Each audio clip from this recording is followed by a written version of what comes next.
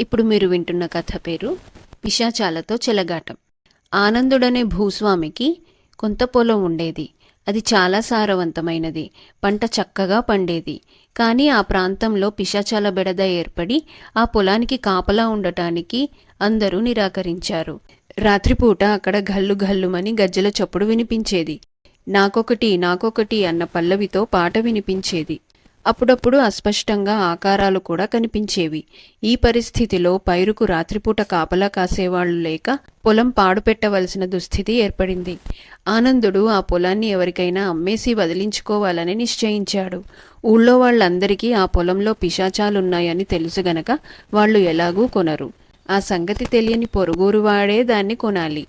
బేరాలేవైనా వస్తే పిశాచాల మాట చెప్పవద్దని ఆనందుడు తన గ్రామం వాళ్లను కోరాడు. అతను ఊళ్ళో పెద్ద షావుకారు గనక గ్రామస్థులు సరే అన్నారు. చివరకు ఆనందుడి కొండ పొలానికి బేరం వచ్చింది. చంద్రదాన్ అనే ధనికుడు దూర గ్రామానికి చెందినవాడు. తన అన్నతో భాగాలు పడి తన వంతు వచ్చిన 1,00,000 రూపాయలతో ఎక్కడన్నా మంచి పొలము, అందులోనే ఇల్లు ఏర్పాటు చేసుకుందామని వచ్చాడు. అతనికి ఆనందుడి పొలం నచ్చింది. వ్యవసాయం తెలిసినవాడు, అందులో బంగారం పండించవచ్చు. అంత మంచి భూమిని సాగు చెయ్యకుండా పాడుపెట్టారేమని చంద్రదాసు అడిగితే ఊరికి మరీ దూరమయ్యింది. పొలం మధ్యనే ఇల్లు వేసుకునేవాడికి మంచి ప్రదేశం గాని అంత దూరం రోజూ వచ్చి వెళ్లాలంటే చాలా ఇబ్బందిగా ఉంది అన్నాడు ఆనందుడు.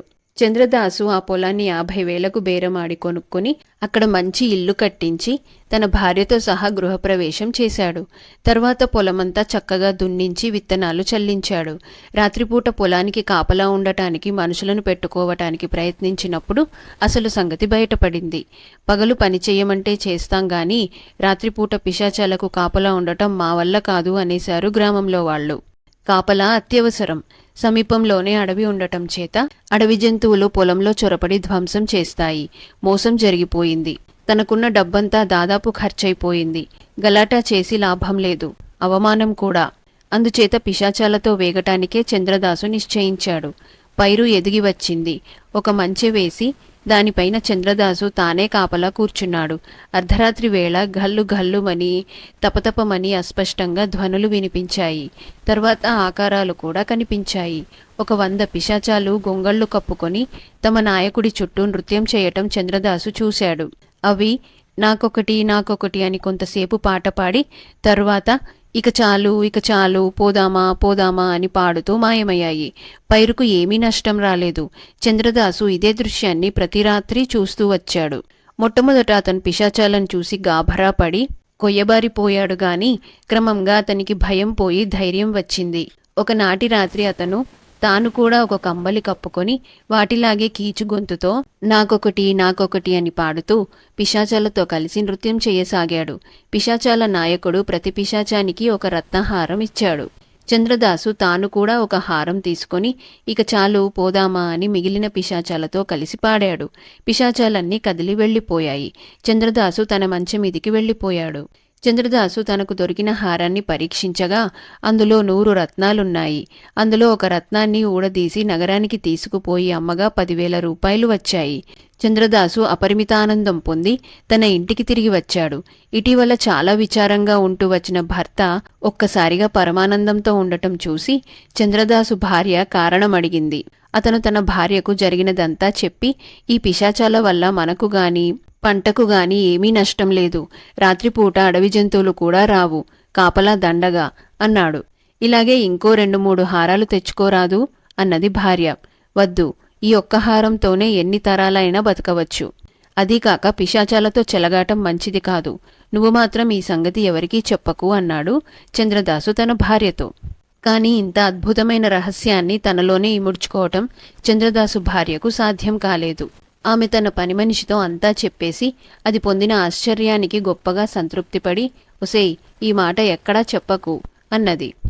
ఆ పని మనిషి ఆనందుడి ఇంటికి వెళ్ళి పిశాచాల పొలాన్ని మంచి ధరకు అమ్మామని మీరు సంతోషిస్తున్నారు కాబోలు.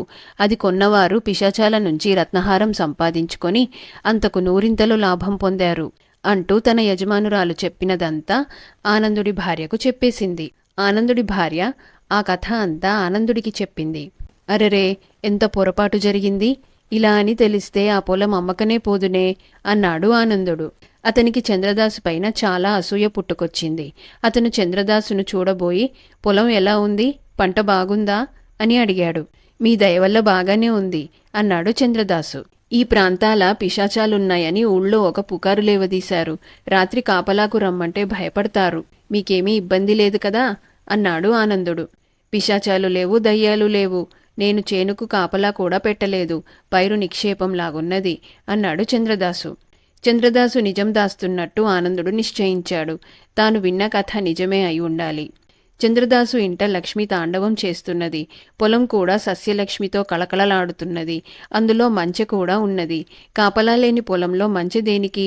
పైవాళ్లు రారు గనక చంద్రదాసు తానే పొలానికి కాపలా కాసి పిశాచాలను మోసగించి రత్నహారం కాజేసి ఉండాలి. ఇలా అనుకున్న ఆనందుడికి తాను కూడా పిశాచాల నుంచి ఒక రత్నహారం సంపాదించాలని పుట్టింది. ఆ రాత్రే అతను కంబళి ఒకటి కప్పుకొని ఆ పొలానికి వచ్చాడు. మంచెపైన ఎవరూ కాపలా కాయటం లేదు. అంతా ప్రశాంతంగా ఉంది. అర్ధరాత్రి వేళ పిశాచాలు వచ్చాయి. తమ నాయకుడి వద్ద రత్నహారాలు పుచ్చుకున్నాయి. ఆనందుడు కూడా వాటితో పాటు ఆడి పాడి రత్నహారం పుచ్చుకున్నాడు. అతని ఆనందానికి మేరలేదు. అతను చల్లగా పిశాచాల మధ్య నుంచి జారుకున్నాడు. అది గమనించి కొన్ని పిశాచాలు అడుగో దొంగ, పట్టుకోండి పట్టుకోండి అని అరిచాయి. ఆనందుడు వాటికి దొరికిపోయాడు. కిందటిసారి తమ హారాలలో ఒకటి పోయినప్పటి నుంచి పిశాచాలు దొంగ కోసం 1000 కళ్లతో చూస్తున్నాయి. ఆ కారణం చేతనే ఆనందుడు వాటికి తేలికగా దొరికిపోయాడు. పిశాచాలు ఆనందుడి నుంచి హారం లాక్కొని అతని కుడి చేతి పైన ఒక దెబ్బ కొట్టి తమ దారిన తాము పోయాయి. మర్నాడు చంద్రదాసు తన పొలంలో స్పృహ తప్పి పడి ఉన్న ఆనందుణ్ణి తన ఇంట్లో చేర్చి గ్రామం నుంచి వైద్యుణ్ణి పిలిపించి చికిత్స చేయించాడు. ఏం జరిగింది? మీరు రాత్రివేళ మా పొలంలోకి ఎలా వచ్చారు అని చంద్రదాసు అడిగితే తనకేమీ తెలియదని ఆనందుడు బొంకాడు. కాస్త శక్తి రాగానే ఆనందుడు తన ఇంటికి వెళ్ళిపోయాడు. అతని కుడి చెయ్యి శాశ్వతంగా చచ్చుబడిపోయింది.